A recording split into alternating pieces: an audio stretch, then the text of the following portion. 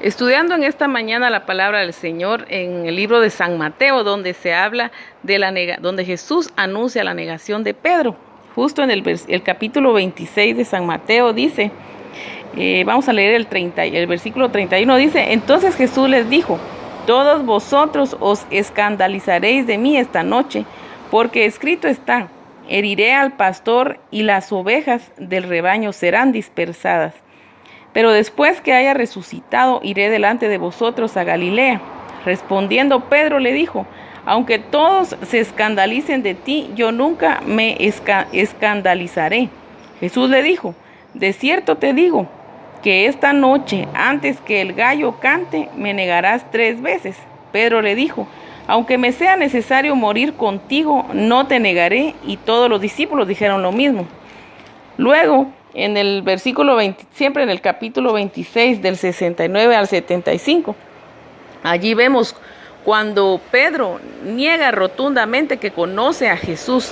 Cuando le dicen, efectivamente, tú hablas igual que él, tú eras de ellos. Y él hasta maldice y jura: yo no conozco a tal hombre. Y cuando él habla esto, el gallo cantó. Y cuando el gallo canta, Pedro llora amargamente porque se acuerda de lo que Jesucristo le dijo, de que lo iba a negar. Yo me pongo a pensar, ¿quién es Pedro? ¿Quién fue Pedro?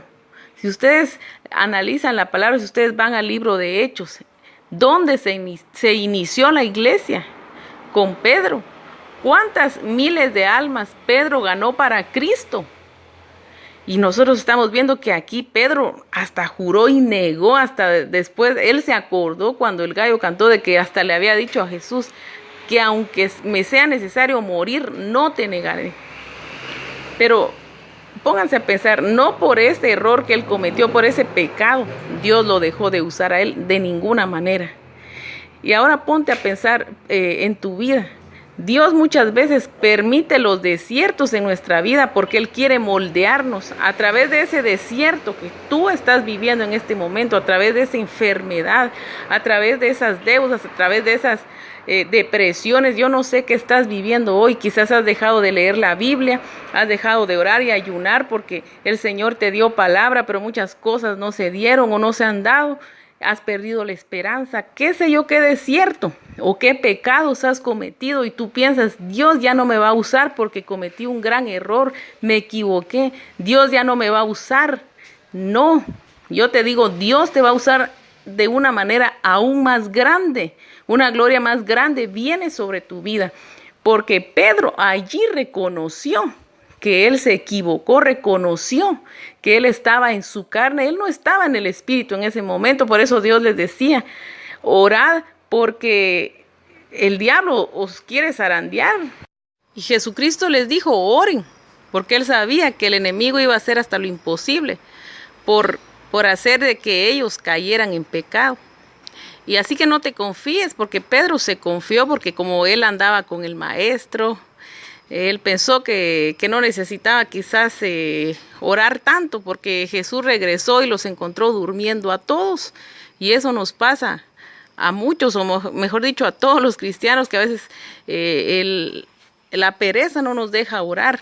Nos confiamos: yo ayuno una vez al mes, ayuno una vez a la semana. Si quiero leo la palabra, si quiero voy a leer tantas cosas. No te confíes, porque el enemigo está como león rugiente a cada instante viendo en qué parte de tu vida tú estás fallando. Y aunque tú seas una persona que tú sabes que eres usada por Dios, no te confíes, porque el enemigo te puede hacer deslizar, caer en cualquier momento. Y por esas cosas a veces las promesas de Dios no se llegan a cumplir en la vida de los hijos de Dios, porque nos confiamos muchas veces y tenemos que estar velando, así como Jesús se iba a cada rato a orar cuando él sabía que ya iba a ser crucificado.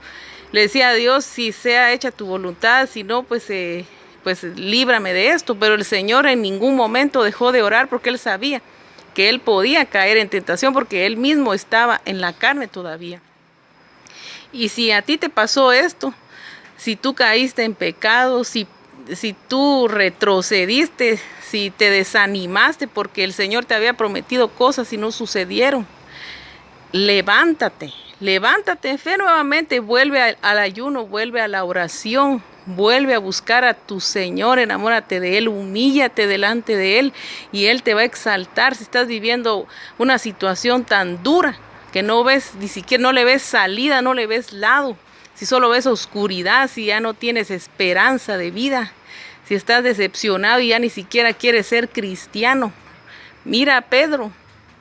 Pedro ahí era para decir, ¿para qué quiero la vida si le falla al Señor? Pero de ninguna manera.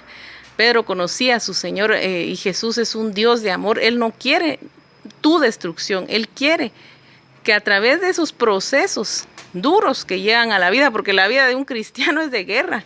Todos los días una guerra espiritual, pero a través de esos procesos nosotros nos vamos limpiando de ese pecado, de todas esas cosas que nos separan de la presencia de Dios. Y solamente así podremos entrar al cielo limpios, pero en victoria.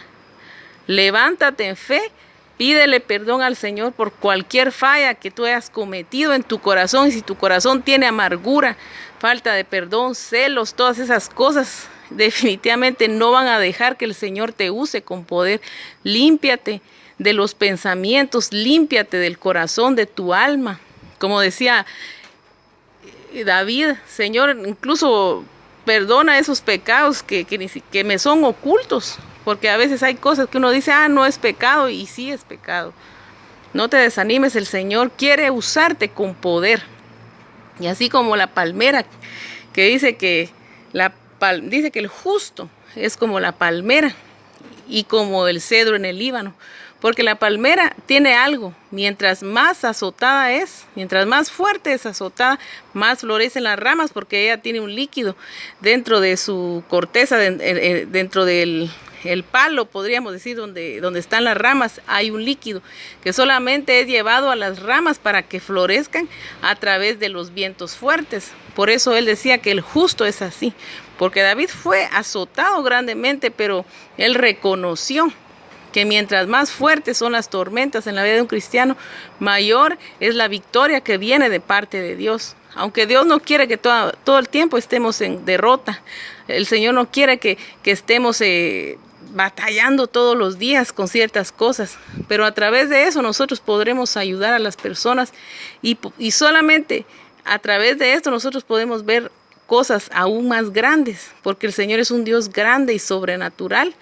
Y Él va a cumplir, Él va a hacer hasta lo imposible por cumplir su plan, su propósito en tu vida.